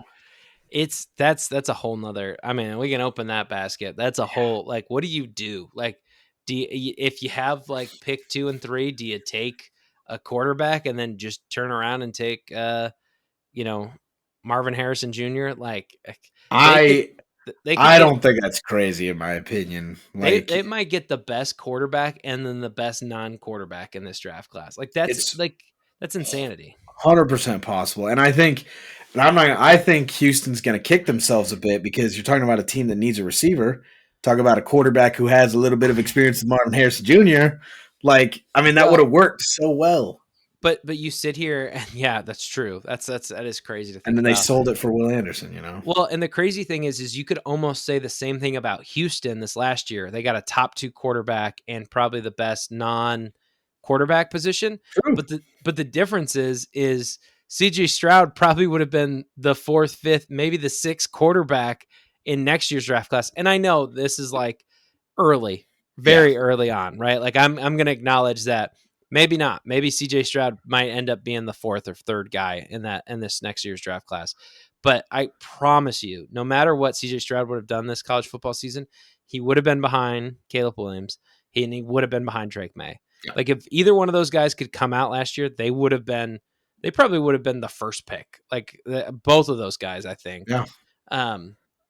And so they did something that I think is really cool to get that 1-1 or 2-1, the second best quarterback and the first best non, but they did it in the wrong draft class. Like, that's the issue, is like, wait one more draft class and then you're like, oh, it's a genius move, and Arizona might look like geniuses because of it. Yeah, and that's the thing. Is like, how does Arizona handle it? Right, Kyler Murray's here. We just drafted a tackle to kind of, and I think they played it because the options are wide open. Right, they have two great shots at either of the quarterbacks, just in case they're not feeling it with Kyler. Whether they're feeling it with Kyler or not, Paris Johnson is a great pick because what do you need in front of your quarterback? I need a great offensive line. So right, let me Yeah. go get. There's another Ohio State guy right there too, in Paris Johnson. So, I mean, the Cardinals are set up very well going in the offseason. As much as we're sitting here and like, man, this team sucks, they stink. The Giants are going to steamroll them next year. Man, it's not going to flip on its head, obviously, but The most interesting thing that's come out of this Aaron Rodgers injury to me is Kyler Murray trade midseason. Because, like, what's Kyler Murray's value? to New York, is that what you're saying? To the Yeah, Jets? like his Wow. value at most, like a second at most. Does It's so ridiculously low, but at the yeah, same time, like again, you're never actually trading for what the player is. You if know, if if it's week 6, right? And they're like, man, we're not gonna play him. Like we're gonna just tank. Does the Jets offer like a third and a sixth for him and bring him on? And then you go, okay, we're just gonna ask Aaron to like hang it up, or we'll try to trade Aaron to get that money off our cap, and we're gonna still go for it this season. Like that's a yeah, really interesting conundrum. Like the it money is part doesn't make any sense for that team because for you either have team. yeah, yeah, but But also, I think Kyler probably gets chewed up and spit out by the New York media pretty quick. If I yeah, had to that's true. guess, I can only imagine the Call of Duty centered headlines that the New York Times would be running each week. Um, He wouldn't last in New York. You're right. no, but I mean, it is an interesting one. You're not wrong because again, like it's hard to look at it from Kyler's perspective and be against that at this point. I get to leave Arizona. I Yeah. get to go to New York. You know, I get to play in MetLife. They have a great team. I have a superstar receiver in Garrett Wilson. I have 2 superstar running backs. I have a better O line here than I ever had in Arizona. Literally everything is better. Yeah. Literally everything is better in New York than it is in Arizona right now. Now, would he be cheating himself out of what the Cardinals could be in 2 or 3 years? Possibly. But there's also a Are they gonna? possibility Yeah, that, they replace him that anyways. they don't want you. Yeah, Yeah. that you're not part of those plans anyways, you know? So that the Like heights that they reach are because of the quarterback that they're going to replace you with. let me ask you this. This is really interesting to me. Okay, let's just pretend he's coming back week 6. Mhm. Okay, Kyler Murray is. The Cardinals are 1-5. Does he have more trade value if he doesn't play versus if he does play? I Now think you haven't seen him on a football field in like 2 years, yeah, a year and a half, or whatever. I think he has more value if he doesn't play because again, the rust that you're going to see in those first 2 weeks It's before gonna the be deadline brutal. are probably going to take your value more than they're going to help, Well, and especially behind the talentless team that you're going to be playing around. the team's so bad that it's like, yeah, it's Yeah, not even you're playing on a interesting. bad team and trying to shake the rust off yourself and get ready. Yeah. I think, yeah, it goes down. And again, I don't know why you trot him out there for 1-5. I really don't. Like, I get it. He's a competitor. He wants to play football. Cool, man. I want you to play football for another, 10 years, not for the next 2 because you got fucking destroyed by whatever this garbage can of 5 guys that we call an offensive line that's standing in front of you right now. It's a really interesting, like, again, we talked about, who did we talk about earlier that we said, oh, Sorry. Cleveland was really interesting for all the wrong reasons. Yeah. Arizona's really interesting for all the wrong reasons. Like, they're going to be bad, right? Right There's just no, now. right now, Yeah. they're bad, right? So they're not going to even be interesting to watch. It's just going to be interesting to see what they do. Mhm. Because we talk a lot about team building, right? And I've raved for years about the way the Eagles do it, right? They end up getting like all these guys because they're just so smart with what they do with their first round picks. Mhm. And then you look at other teams, you're like, okay, that was a smart move, but you weren't able to get it right with Kyler. So, like, if I'm Caleb Williams, do I think about going back if I'm going to get drafted in Arizona? Because it's like they couldn't ever fix it for Kyler. Yeah, and And the thing that the Cardinals have to look at as well is like, I mean, we've seen some, the people are already go. I don't even remember who they hired. Well, I don't remember his name. I remember who they hired, but Shane Steichen? no, that's Indy. That's Oh, Indianapolis. Is oh. it? It's not. Is it Gannon? I want to Yeah, John Gannon. Jonathan Jonathan Gannon. Gannon. Yeah, I was going to say Rich Gannon, but that's There's a wrong. Jonathan ton of Gannon. guys that are clowning him on social media, like the whole like you have a fire in your belly speech and everything. Like Yeah, it was weird. I like team. Obviously, like there's nobody in that organization that's going to be like, "Wow, 2 games in, I really regret bringing this guy in as my head coach." But like, it comes into it, man. Because if you have Nathaniel Hackett at the helm, and or a guy of that, that proportionally bad, Yeah. Caleb Williams, Drake May, Kyler Murray, or fucking reincarnation of Dan Marino, it doesn't matter. Like you're going to suck. So We've talked about this a lot. You can be a great coordinator, but a terrible head coach at the same time. Like that's very possible. your offensive So, coordinator is the perfect example of that. well, no, I disagree, but I actually no, I do disagree with you because you also could be a great coach and a horrible member of the front office, and that's yeah, what Bill O'Brien is. I think Bill O'Brien's a good head coach in the I think he's NFL. a I good think head he's a coach and a horrible terrible, GM. maybe the worst GM ever. Like It might be up there. he could be the worst GM ever. So yeah, like if Bill retired next year and they're like, yeah, Bill O'Brien's replacing him, like, cool. Who's the GM? Like, are we going out and signing somebody? Can we go Keep get his one of the ass out of the front office. Yeah, can we get one of the Philly guys? Can we go sign one of them and bring them over to be the Yeah. GM? Like, You're gonna look at your roster after a while, and you're gonna be like, somehow we lost Judon and all these guys. We didn't get a single first back. Yeah, just like what happened? Yeah, they lost Deshaun. Did Deshaun get traded to Sean Watson? Yeah. Yeah, he got traded. Yeah. Was it firsts? Was it first round picks? I think it was like three first round picks, something like that. Yeah. Bill O'Brien let DeAndre Hopkins and JJ Watt out of Houston, didn't get a first round back for him. So, and Jadeveon Clowney for that fact. Not that he's worth a first, but all three of those guys, 0 first round picks in return. That is pretty bad. Pretty bad. But he had a Texans team of 12-4. He's responsible for the greatest season in Texans history. Yeah, 3 first. The 2022, 2023, 2024 first. Sorry. So they've still got a first this year coming in from that deal. Yeah. Which is crazy. How did they get the 20? Oh, that would have been that pick that year. Year. Yeah. Yeah, because then he played part of last year, and then they got this year's pick too. So, yeah, I don't know. It's gonna be very interesting to watch. So we'll see how this plays out. And Denver is kind of in the opposite situation, right? Where it's like, what do you do? Like, you're just stuck with Russell Wilson and bad quarterback, no draft capital. But again, it is the complete inverse because we have a great head coach. I'm not worried about a quarterback wanting to play here. I'm worried about being able to get one here. Whereas Arizona's like, we've got one and we can get one. I don't know if we've got the guy that coaches him, So, yeah, I don't know. Maybe Arizona just ponies up, be like, hey, how about we trade you Jonathan Gann and pick 2 for Sean Payton? How about that? Oh, Denver? They have their first this year. Who? I didn't realize that. Denver does. Yeah. Oh. 2022 and then 2023 was the first that they traded. So last year's, and then two seconds was like the 2022 and then the 2023. Huh. The 2023 first are not this year's first, right? It'd be the 24 first. Yeah. Yeah, 24 firsts are coming up, yeah. Yeah, so they're out of that. They're out of the capital. Oh, well, there you go. Okay. So it might be more possible than we realize.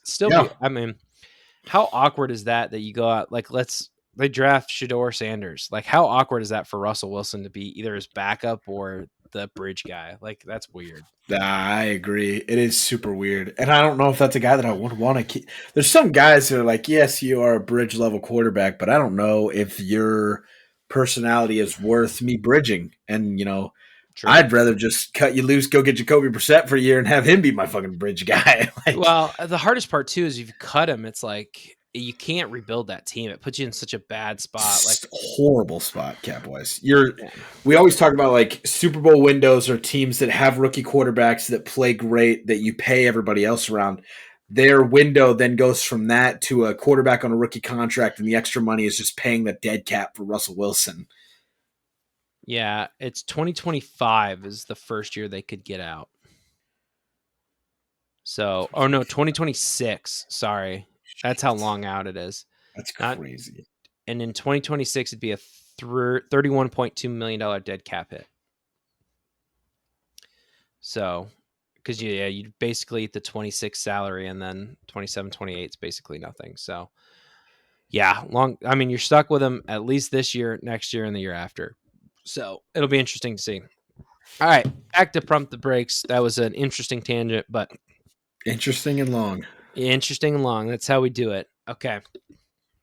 Tua is a real threat for MVP this year. This is tough. I can't believe that I'm sitting here thinking about this. I think that's the part that blows me away a bit more than some, is that I'm sitting here like genuinely giving some thought here. I'm not going to pump the brakes. Yeah, I agree. I don't think there's a runaway candidate this year, mainly because I think the NBA is a bit more media driven around it, right? Like they usually kind of crown their guy at the beginning of the year, and as long as that guy doesn't suck, that's the guy that usually gets the MVP in the NBA. It's just how it is. Nobody is a clear front runner. Nobody's running away with it. And he had a fantastic week 1, 466 with 3 touchdowns, no picks. His health is obviously the question. He cannot take any big hits or anything like that. But with how talented the offense is, with a good head coach, a good offensive head coach, and a need to score points, right? I don't think their defense is great by any stretch. So when you look at that game against the Chargers, like, hey man, we might need a 40 piece to get out of here with a win. And he's able to deliver, those numbers are only going to boost kind of going on. Sometimes your MVP case gets hurt because you're not playing as much, right? Like, Yeah. I think it's still a little crazy to me that Lamar was able to win a unanimous MVP because there was, I want to say, at least 2 or 3 games, that he set out the fourth, and there was 2 games where he didn't play, or there's 2 or 3 games where he just didn't play the fourth, right? So like, you're just shaving quarters off, right? Your numbers are going down, other guys are playing, and you're not. But Yeah. Tua has a chance to really go out there and really put up, like, I don't think it's out of the realm for him to throw for 5,000 yards this year. I don't think it's crazy either. He's really well think on pace for it. He's already ahead of pace for it. So I mean, we're one weekend again, but I think if he is able to stay healthy, I think he's a legit threat. He has to be a legit threat in order to get up there. So I don't think this is crazy. I just think the health is the biggest question with him. So we're gonna save the rest of these for next week. We're a little tight on time. I want to get into bets, and I don't want to feel like we're overstretching ourselves here. So I'm gonna save these 3 for next week. They'll all be, none of them were time sensitive necessarily to this week. So I'm gonna make sure we save them. So we're gonna get into our bets of the week here. If you or a loved one knows anyone who's struggling with a gambling addiction, contact the Problem Gambling Helpline at 800-522-4700. Professionals are available 24 hours a day to take your call. Help is available at no cost to the problem gambler or their concerned others. So if you're struggling with it, reach out, get some help. We do it for fun.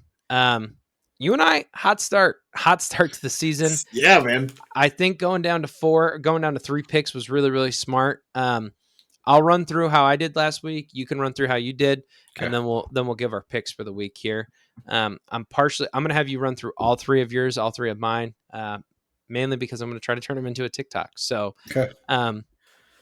but last week I went 2-1. I had the Jags -4.5 versus the Colts. I thought that was pretty safe. That definitely hit.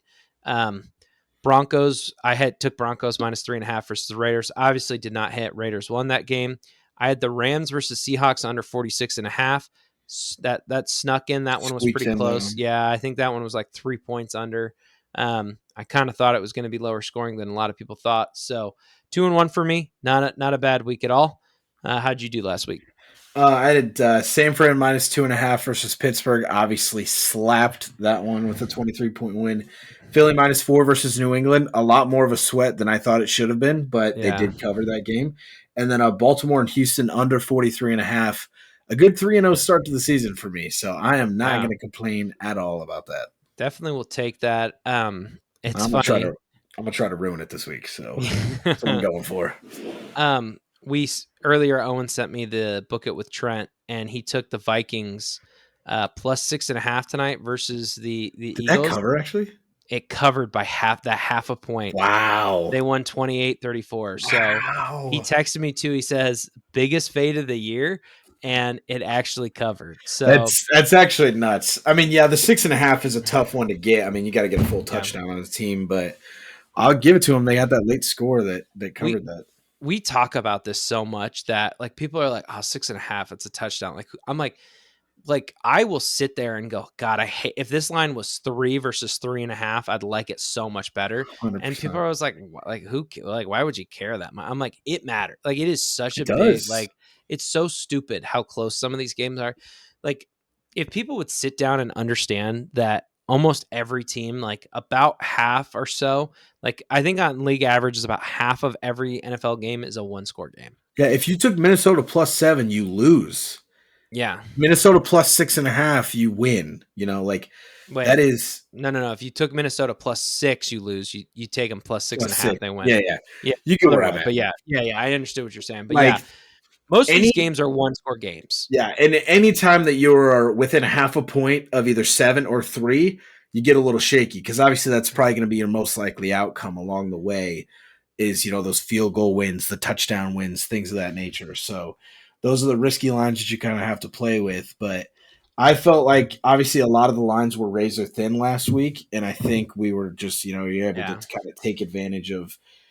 I knew without a shadow of a doubt that San Francisco was better than a 3-point win over Pittsburgh, no matter how well coached they were. Did I expect 30-7? No, I damn sure expected a 3-point win in that game. Well, the other thing you got to like bear in mind too, this is like you'll notice Owen and I specifically very rarely bet on our own teams, right?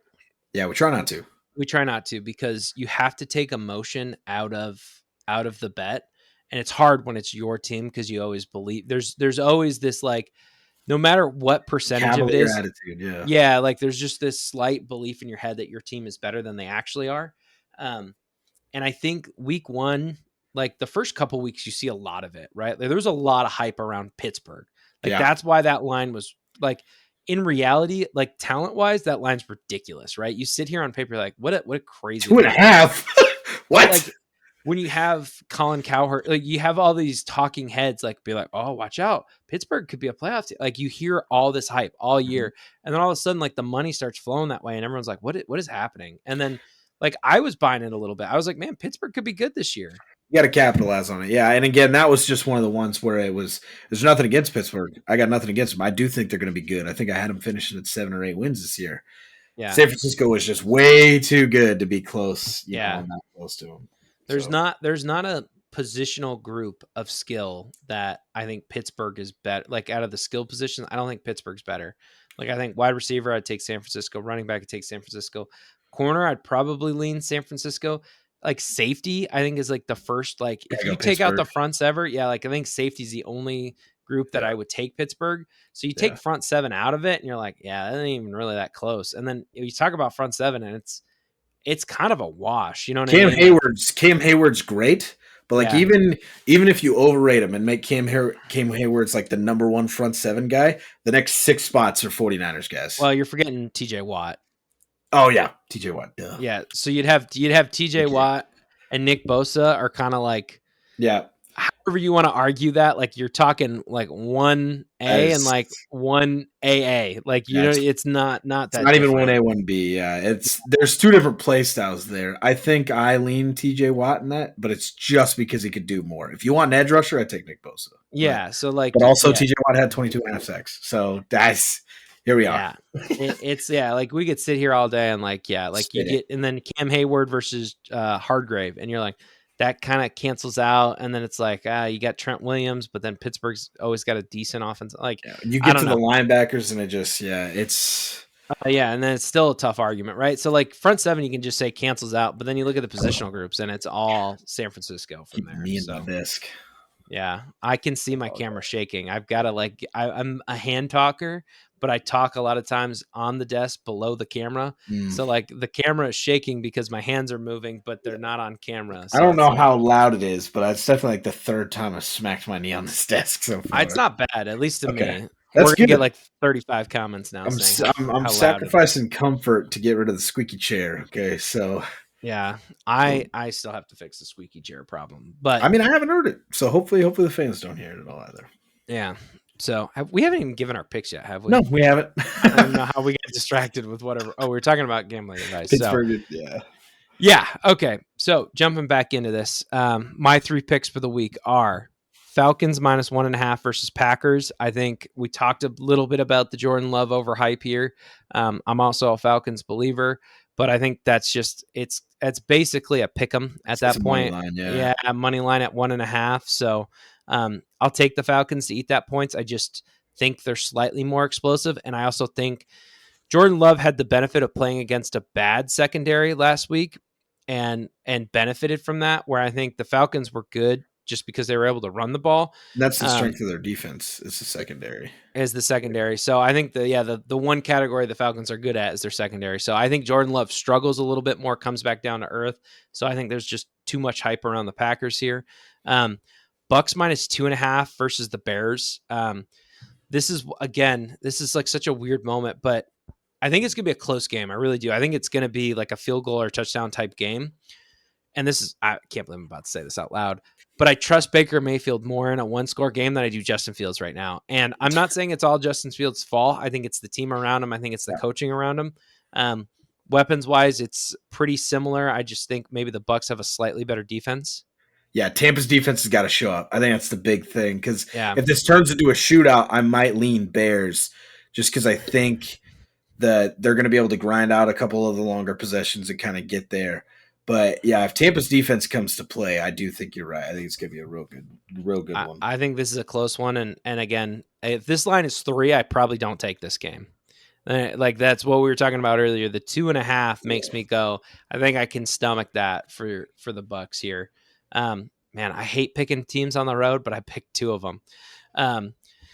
Other one I got 49ers versus Rams. I've got the over 45. It just feels like a game. Like, again, we just saw San Francisco put up 40, and the Rams defense is horrendously bad. Like, they are They're a lot worse than Pittsburgh. That's for a lot worse sure. than Pittsburgh. So I don't think the Rams are going to maybe put up as many points as they did, but I'm anticipating them putting up 17. Or like, sorry, they give you a cool 14. I mean, you're probably there.